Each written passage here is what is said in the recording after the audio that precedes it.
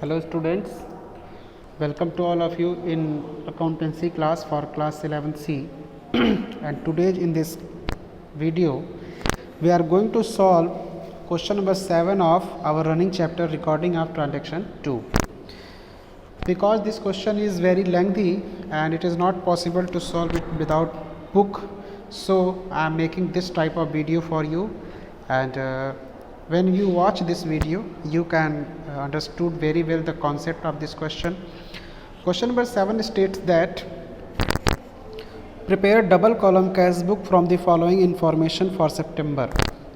First सितंबर को दिया हुआ है cash in hand 7,500 and bank overdraft 3,500. Students, इस क्वेश्चन में सबसे खास बात यही है कि इसमें आपको बैंक ओवरड्राफ्ट के बारे में भी बात करनी है.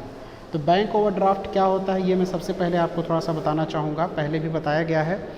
बैंक ओवरड्राफ्ट का मतलब ये होता है कि जब कोई भी बैंक अपने वैल्यूएबल कस्टमर्स को अकाउंट में जितनी मनी होती है उससे ज़्यादा मनी विड्रॉ करने की परमिशन देता है, या इमरजेंसी केस में अकाउंट होल्डर अपने बैंक में अकाउंट में जितने पैसे उससे ज़्यादा पैसे विड्रॉ कर सकता है, तो इस फैसिलिटी को बैंक ओवरड्राफ्ट कहा जाता है. चूँकि ये एक एक्स्ट्रा मनी बैंक के द्वारा कस्टमर को दी जाती है, इसीलिए इसको एक लाइबिलिटी माना जाता है. आइए देखते हैं कि हम बैंक ओवरड्राफ्ट के साथ क्वेश्चन को कैसे सॉल्व करेंगे. सबसे पहले ये देखिए 1 सितंबर की डेट है और क्वेश्चन दिया हुआ है कैश इन हैंड. यहाँ लिखेंगे टू बैलेंस BD. कैश में दिया हुआ है 7,500 हम लिख लेंगे. चूँकि बैंक OD भी है तो क्रेडिट साइड में आएंगे और यहाँ भी डेट लिखेंगे 1 सितंबर की और लिखेंगे बाई बैलेंस BD, ब्रैकेट में लिख देंगे ओवरड्राफ्ट और इसको बैंक कॉलम में हम दिखा देंगे. देखिए बैंक कॉलम में दिखाएंगे 3,500. ओके. नेक्स्ट जो 3 सितंबर का हमारा ट्रांजेक्शन है वो ये कहता है paid wages 200 rupees. You better know when we paid some amount, that is 2 September. When we pay any amount we have to enter that amount in the credit side of the double column cash book. लिखेंगे by wages और amount हो जाएगा, चूँकि wages को हमने cash में paid किया है तो कैश के पेमेंट साइड के कैश और कॉलम में 200 लिख देंगे. नेक्स्ट जो हमारा ट्रांजेक्शन है वो है 5 सितंबर को कैश सेल्स 7,000. ये सभी जानते हैं कि जब हम खरीदेंगे चीज़ों को, किसी भी चीज़ को ख़रीदते हैं तो उसके बदले में हमें पैसा देना पड़ता है. तो 5 सितंबर को हम लिख देंगे टू सेल्स. हमने सेल्स कैश के फॉर्म में किया है, अमाउंट है 7,000 का, इसलिए हम डेबिट साइड में कैश के आइटम में 7,000 लिख देंगे. ओके. नेक्स्ट हमारा ट्रांजेक्शन है कैश डिपॉजिट इनटू बैंक 4,000. ये थोड़ा सा समझ वाली चीज़ है. यहाँ पे कॉन्ट्रा एंट्री होगी. पिछले क्वेश्चन में मैंने आपको कॉन्ट्रा एंट्री के बारे में बताया था. यहाँ पे दिया हुआ है कि कैश डिपॉजिट इनटू बैंक 10 सितंबर. दोनों तरफ डेट हम 10 सितंबर की लिख लेंगे. 10 सितंबर एंड 10 सितंबर हियर ऑल्सो. अब क्या होगा कि जो 10 सितंबर के दिन ट्रांजेक्शन हुआ है कैश डिपॉजिट इनटू बैंक 7,000 का, यानी हमने कैश पेमेंट किया है, तो हम लिखेंगे पेमेंट साइड में बाई बैंक और कैश के फॉर्म में दिखा देंगे 4,000, क्योंकि हमने कैश के फॉर्म में इसे पेमेंट किया है. लेकिन ये पैसा हमारे बैंक अकाउंट में आ जाता है क्योंकि वो अपने ही बैंक अकाउंट में जमा हो रहा है, इसलिए टू कैश करके और बैंक के साइड में हम इस 4,000 को दिखा देंगे. चूँकि ये कॉन्ट्रा एंट्री है इसीलिए JF वाले कॉलम में दोनों साइड में C हम लिखते हैं, जिससे ये पता चलता है कि ये कॉन्ट्रा एंट्री है. ओके. आफ्टर दैट का जो ट्रांजेक्शन है goods purchase and paid by cheque for 2,000, यानी हमने परचेज किया है और डेट है हमारी 15 सितंबर की. 15 सितंबर को लिख देंगे बाई परचेज. जब भी हम चीज़ों को परचेज करते हैं तो उसके लिए हमें पैसे चुकाने पड़ते हैं, देने पड़ते हैं, और ये पैसा क्वेश्चन के अकॉर्डिंग हमने चेक से दिया, इसीलिए बैंक कॉलम में दिखाएंगे 2,000. ये आप डैश दे सकते हैं ताकि आपको कोई कन्फ्यूजन ना हो. ओके. ये हो गया। नेक्स्ट हमारा जो ट्रांजेक्शन है 20 सितंबर को लिया हुआ पेड रेंट 500। चूँकि हम रेंट का पेमेंट कर रहे हैं 20 सितंबर को, तो हम लिख देंगे बाई रेंट। और इसके बारे में ये नहीं दिया गया है कि बैंक से पेड करते हैं, तो हम इसको कैश ही मानेंगे और 500 रुपीज़ कैश कॉलम के पेमेंट साइड में दिखा देंगे। नेक्स्ट हमारा ट्रांजेक्शन है 25 सितंबर को Drew from bank for personal use 400। हम बिजनेस का ट्रांजेक्शन कर रहे हैं, लेकिन हम पर्सनल यूज के लिए जब भी पैसे निकालते हैं तो ये भी हमारा एक एक्सपेंस ही माना जाएगा। 25 सितंबर को हम लिख देंगे बाई ड्राइंग। आप अच्छी तरीके से जानते हो कि जब भी कोई बिजनेसमैन अपने पर्सनल यूज के लिए कैश या काइंड बिजनेस से विड्रॉ करता है तो उसे ड्राइंग कहा जाता है। चूँकि बैंक से पैसा निकाला गया 400 रुपीज़, इसलिए इसको बैंक कॉलम के पेमेंट साइड में दिखाएंगे। नेक्स्ट है जो हमारा ट्रांजेक्शन और लास्ट है सैलरी पेड 1000 30 सितंबर को। 30 सितंबर को हमने सैलरी दिया है और ये हमने दिया है 1000।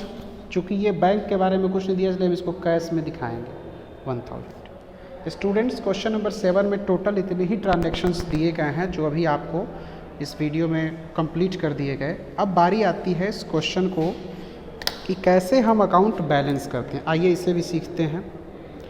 सबसे पहले दोनों साइड के कॉलम्स को नीचे लाइन ऐसे खींच देते हैं दोनों साइड में, और ये देखते हैं कि कैश और बैंक दोनों में कौन सा साइड बड़ा है। हम सबसे पहले कैश की बात करेंगे तो देखेंगे 7000 है और 7500 है, मतलब ये 14500 हो रहा है। जबकि इस साइड के कैश की जब हम बात करेंगे तो 4000 ये है, 200 ये है, 500 ये है, 1000 ये है, तो 415,000, 5700 यानी डेफिनेटली ये डेबिट साइड हमारा बड़ा है। लिखेंगे 14,500। एक बार हम बैंक कॉलम की तरफ चलेंगे तो बैंक कॉलम में डेबिट साइड में 4000 है और क्रेडिट साइड में जब हम देखते हैं तो हमें पता चलता है कि ऑलरेडी ओवरड्राफ्ट 3500 का पहले से शो कर रहा था। 2000 ये हो गया और 400 ये हो गया, मतलब कि बैंक कॉलम हमारा क्रेडिट साइड ज़्यादा है। इस बार भी ओवरड्राफ्ट आने की पॉसिबिलिटी पूरी है।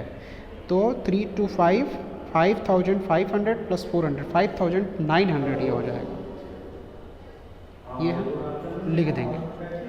उसके बाद अब सेम अमाउंट जो ये 14,500 का है यही यहाँ भी लिख देंगे, तो ये हो जाएगा 14,500। और ये 5,900 का जो अमाउंट है, ये 5,900 का जो अमाउंट है ये हम इस साइड में लिख देंगे। तो ये 5,900 का अमाउंट यहाँ पे हमने लिख दिया। अब हमें ये देखना है कि बैलेंस कैसे करेंगे, तो यहाँ हम लिखेंगे टू बैलेंस CD और यहाँ पे लिखेंगे बाई बैलेंस CD। अब देखिए कैश का कॉलम जो हमारा है, कैश का ये 14,500 है, 14,500 यहाँ चल रहा है। अब इसको हम ये चेक करेंगे कि ये टोटल ऐड करने के बाद ये हमारा कितने का डिफरेंस आ रहा है। तो ये हम ऐड करेंगे 4,000, 5,000, 5,700 ये है, और 14,500 में से 5,700 जब डिडक्ट करेंगे तो आएगा 8,800। ओके, ये आप वर्किंग नोट कर सकते हैं। आप इसको करेंगे तो आपको चीज़ें समझ में आएंगी। मैंने ऐसे कर दिया, वर्किंग नोट कर लीजिएगा आप। दूसरी बात है, जब ये हम देखेंगे कि ये 5,900 हमारा बैंक कॉलम यहाँ शो कर रहा है, 5,900 यहाँ भी हमने लिख रखा है, तो यहाँ 4,000 है, यानी 1,900 हमारा यहाँ पे बैलेंस आएगा। चूँकि ये जो बैंक कॉलम है ये डेबिट बैलेंस शो कर रहा है, इसका मतलब कि ये फिर ओवरड्राफ्ट होगा।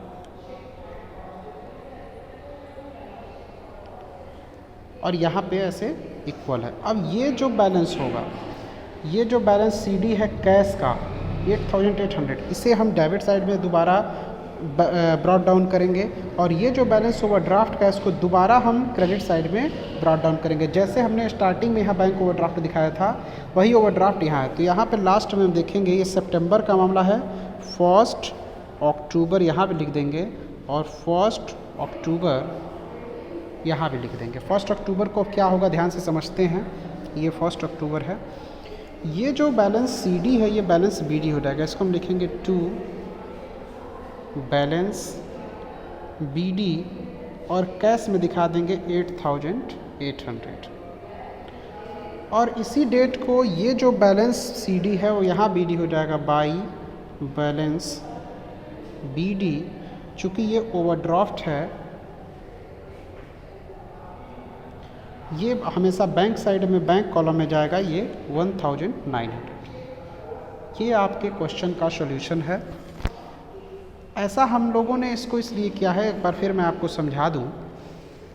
यहाँ भी ये कैश यहाँ स्टार्टिंग था, यहाँ ओवरड्राफ्ट था। जब हमने सितंबर महीने के सारे ट्रांजैक्शन को डबल कॉलम कैश बुक में एंट्री किया तो हमें पता चला कि बैंक कॉलम में फिर से कैश के कॉलम में 8,800 रुपीज़ हमें मिल गए और फिर से हमारा ओवरड्राफ्ट 1,900 का आ गया।